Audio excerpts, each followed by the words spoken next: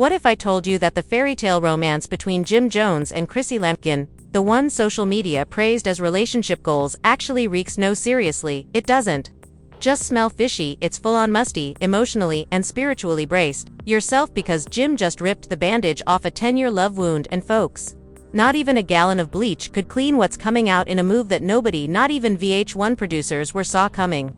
Jim didn't just speak out, he went nuclear, and what he's revealing, it's the kind of messy heartbreak that makes love and hip-hop feel like Mr. Rogers' Neighborhood. We're talking shady recordings, twisted loyalty games, guilt tactics on steroids. A relationship so toxic even Instagram tried to flag the details as emotionally distressing. So now the question is, was Chrissy ever really in love, or was this all along con and red bottoms and Chanel pearls? Why did Jim describe her love as steamy, suffocating, and premeditated? And more importantly, what proof does he have to justify going this hard? This ain't just a bad breakup, this is an emotional crime scene unraveling in the public eye. So turn off your notifications, grab your snacks, and get ready, because Jim just dumped every dirty secret all over Chrissy's carefully airbrushed narrative. And after this storm, there's no press release in the world that's gonna fix it. Let's take it from the top. When Jim and Chrissy first graced our screens, they had the whole culture fooled. Coordinated fits, luxury getaways, proposals with budget rings that somehow went viral. They were supposed to be the couple that made love and hip hop look legit, but now Jim is publicly calling it all a lie, a performance, a strategic trap packaged as romance. And fans, they can't breathe either, because the illusion is cracking fast. Let's rewind a little. For years, Chrissy sold herself as the ultimate ride or die, the woman who stuck by Jim through label wars, street beefs, and that awkward proposal rejection that lived rent-free in VH1 reruns. But behind the scenes, Jim says she wasn't holding him down, she was locking him up in what sources are calling a leaked emotional breakdown sent to his inner circle. Jim confesses that the love was never freeing. It was caged, it was controlling, it was calculating. His words: "It was love with a leash, and I wasn't the one holding it." Let that sit for a minute. This is the same guy who gave us We Fly High now, admitting he was grounded in the worst way possible. He says their whole romance was built on mind games, emotional blackmail, and affection that came with strings, and this wasn't just pillow talk gone sideways. Jim said all of this under oath. That's right, during a sealed deposition tied to a separate VH1-related lawsuit. Jim dropped emotional bombs so heavy the court stenographer had to call for a break. A court official described his voice as tired but finally free. This wasn't testimony. This was a full-blown purge with evidence. Let's talk receipts. Apparently, Chrissy kept a detailed relationship ledger, a literal spreadsheet of every dime she ever spent on Jim: flights, wardrobe, bail money, haircuts, grills, even whitening trays for his teeth, all of it documented with interest. But here's where it gets twisted. She reportedly weaponized the spreadsheet during fights. Once, when Jim asked for space, Chrissy allegedly replied, 82 on 311 by 47 says, "I'm not going anywhere. This ain't love. This is a beauty influencer running a hostage negotiation with Excel and lipstick." That's the title of the docuseries. She allegedly shopped around 2-3 networks, but guess who she didn't loop in? Jim Jones. One exec reportedly asked, "Is Jim attached to this project?" Chrissy's reply: "No, but it's my version of events." And that's exactly when the deal fell through. But hold up, this isn't where the mess ends. This is where the lines start blurring between public scandal and straight-up sabotage, because what came next wasn't just shade, it was a courtroom earthquake. Enter Cameron walking into that courtroom like he'd been summoned by karma herself. No PR smile, no showbiz strut, just cold precision and a file folder marked confidential C+J, and inside that folder, evidence so heavy Chrissy's carefully curated empire didn't just tilt, it started crumbling. One courtroom staffer described Cam's entrance like a calm before a legal hurricane.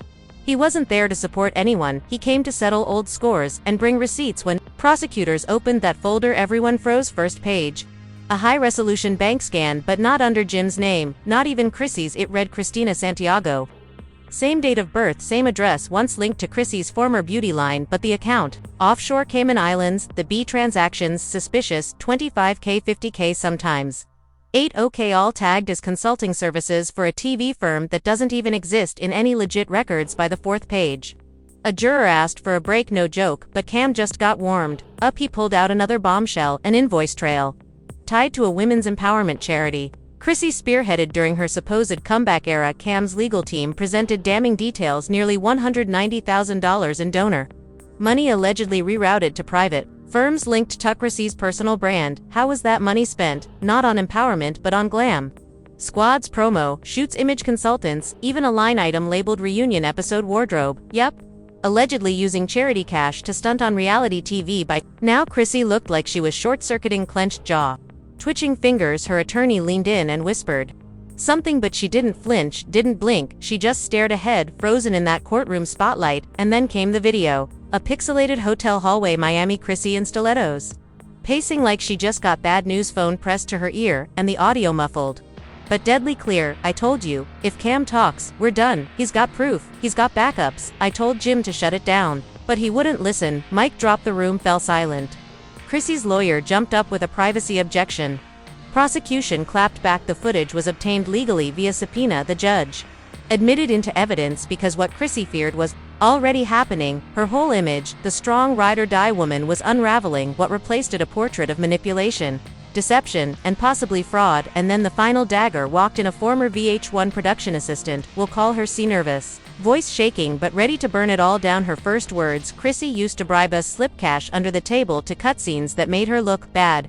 I watched her threaten a senior editor once, told him if he aired that footage he'd never work again. The jury flinched. Chrissy finally buried her face in her palms, but C wasn't done yet. She filed fake invoices too. Claimed travel reimbursements for shoots that never happened. One trip was to Turks and Cows. She called it script development, but it was her birthday. I was there, and through it all, Cam sat silently in the gallery. No reaction, no smirk, just ice-cold compasser.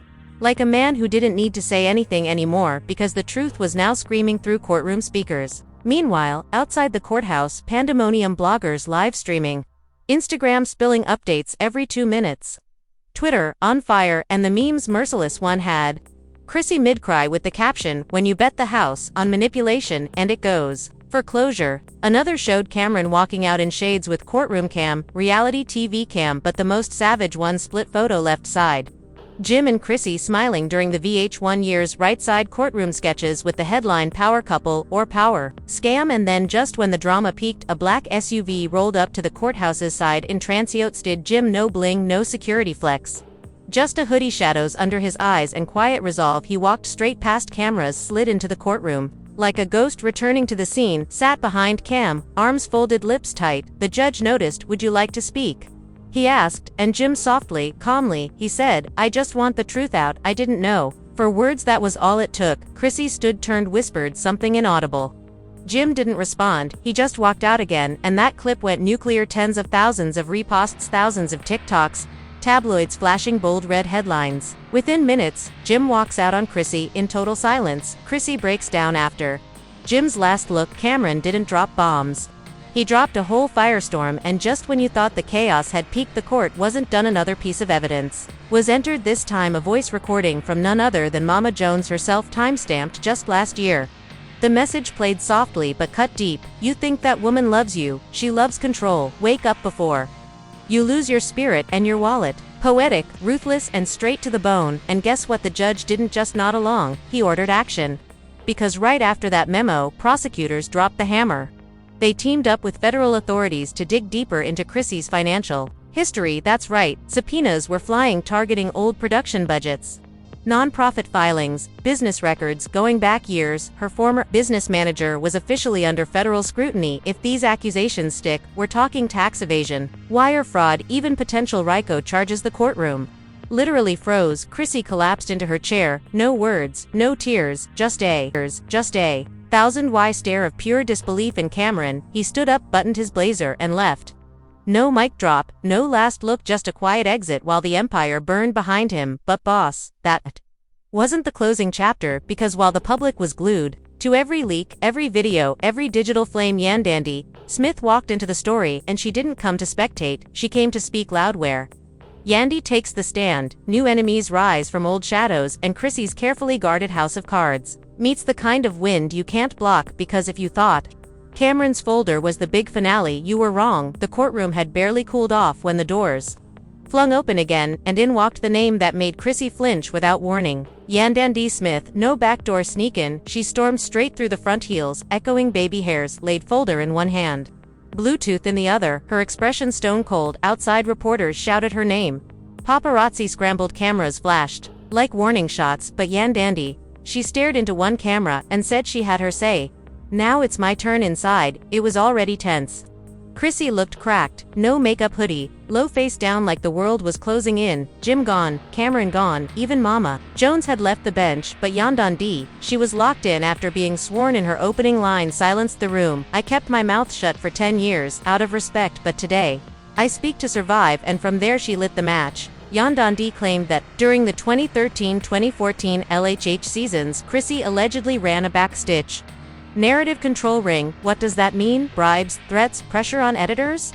Pressure on producers, all allegedly designed to flip the narrative, making Yandi the villain, while shielding Chrissy's real-life mess. One moment hit like a gut punch during a reunion taping. I had a panic attack backstage, Chrissy told production. I was being extra for screen time. What she left out, she's the one who told my ex where I'd be so he could corner me. Surveillance caught it, they cut the footage, gasps echoed across the room. Chrissy blinked once, then stared at the floor like it might swallow her, but Yandandi wasn't even halfway done. She pulled out emails, printed timestamped. Legit one from Chrissy to a showrunner read, "If I look bad the whole show looks bad, clean it up." Another Yandi's used to backlash, "She'll survive, I won't boss." This wasn't drama. This was dark arts PR warfare. And then the burner phone. Yandi's legal team handed over an old phone, allegedly used by Chrissy to communicate with off-the-yard insiders. During her run on the show, inside texts coordinating fake drama, paid feuds, hush money for backup cast, conversations about which footage to bury. One message read, "Pay her $1,500, tell her it was a refund for wardrobe, make her sign something so she can't speak." The courtroom reeled, and then boom, the twist nobody saw coming. Turns out Yandandi and Cameron had been teaming up for months.